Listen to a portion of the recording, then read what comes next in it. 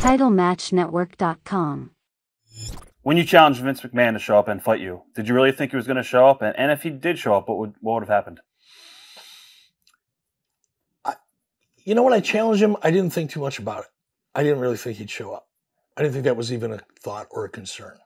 It wasn't until I did it, because I didn't tell a lot of people I was going to do it. It was kind of something that I was going to do. And then, I don't think I even told Hulk. I'm sure I didn't. But, he came to me and Randy and people that knew Vince, because I didn't know Vince at all. I had met him for a cup of coffee once, and that was it. Figuratively, not even literally. I just thought it was cool, typical bullshit thing to do. So I did it. And then after I did it, guys would come to me and go, man, he's going to show up. I was like, get the fuck out of here. He's not going to show up. No, he's going to show up. And he's going to kick your ass. I'm like, he's not going to kick my ass. Now, this was a long time ago, and I had a lot more confidence in my ability to do shit then than I do now. And it seemed great. If he shows up, he shows up. I'm pretty sure he's not going to kick my ass, but if I'm wrong, I'm wrong. I've had my ass kicked for a lot less than the amount of money we're going to make off this. I've had my ass kicked for nothing. More times than I ever want to remember. Cool. Either way, I win. If I win, I win. And if I lose, I win. I'm good. I was good with that. But we thought he might show up. Vince said that you were trying to hurt WWE instead of trying to help yourself. How do you feel about that? Vince is wrong about that. This is absolutely, look, I like Vince McMahon. I don't know how he feels about me, but I enjoyed working with him. I have a ton of respect for him, but that's his perspective. And he probably gained that perspective by listening to other people who were trying to get jobs with him after they had worked for me. And it's not true. My goal was to be number one. I will not deny that. And I probably did say along the way, in trying to be the guy that was the captain of the ship, trying to get everybody to want to be number one, that if we end up making WWE number two in the process, I don't care. But it was never about hurting WWE. It was about appealing to the audience and getting the audience to shift their viewing habits from this to this. Do you think Vince was hypocritical for complaining about WCW poaching talent and getting aggressive when he himself did it to AWA, Jim Crockett Promotions, and others a decade before? Of course it was hypocritical. And it's still a narrative that you hear to this day coming out of WWE in many respects. When people go back and they do their roundtables, and I faced it when I did a roundtable with Michael Hayes and all those guys, they still have that resentment of stealing this guy or stealing. I never stole anybody. They came to me. Lex Luger, I didn't steal Lex Luger. Lex Luger came to me. I didn't steal Hulk Hogan. Hulk Hogan was free.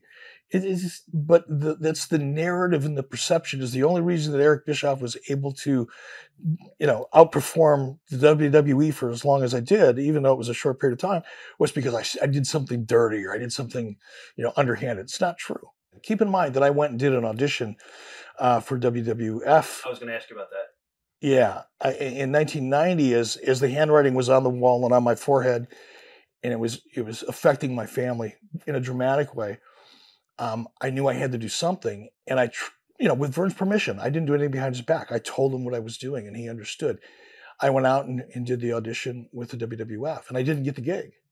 Were you disappointed about that? Or did you agree with that decision in hindsight?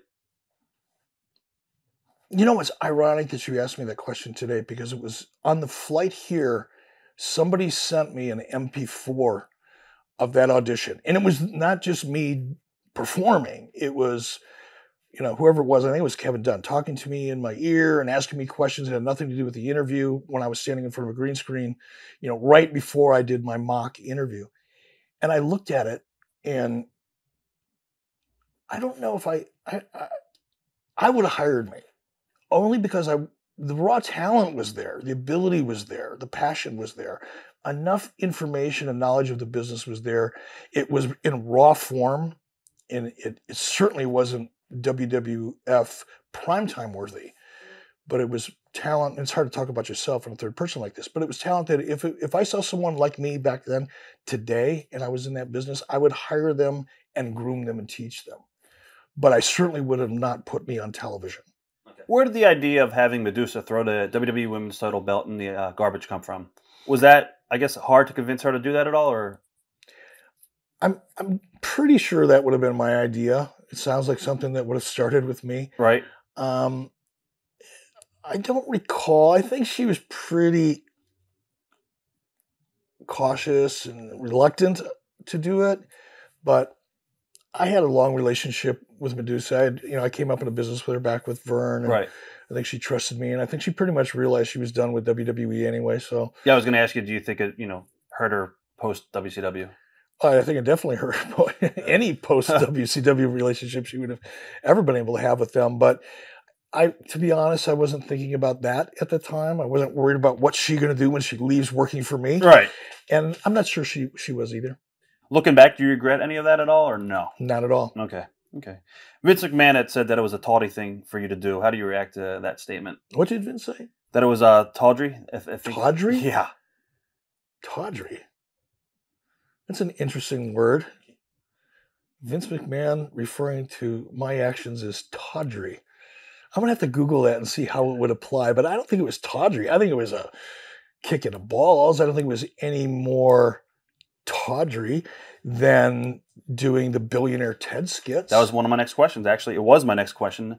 And what are your reactions to that? And do you think it legitimized the competition by doing so? I think it was the beginning. I think once they kind of stooped, once WWE, I won't say stooped, once they made the decision to go on offense and start acknowledging, I think the audience then began to like the battle. Yeah. Up until that point, they were kind of like, oh, let's just the norm. Well, they don't exist.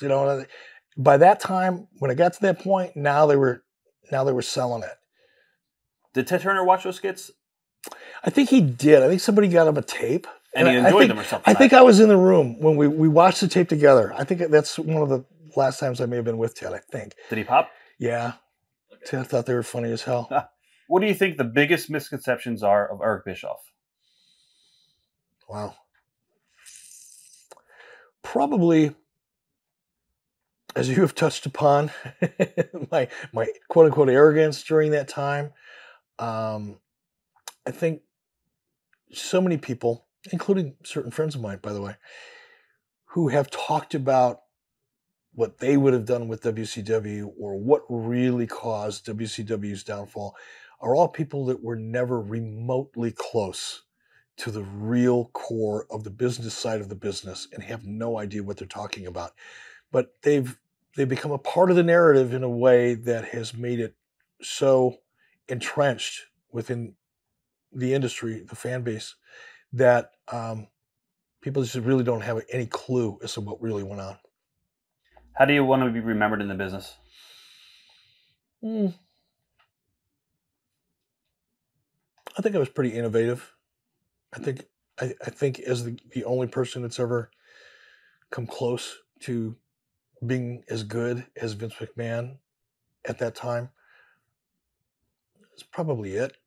TitleMatchNetwork.com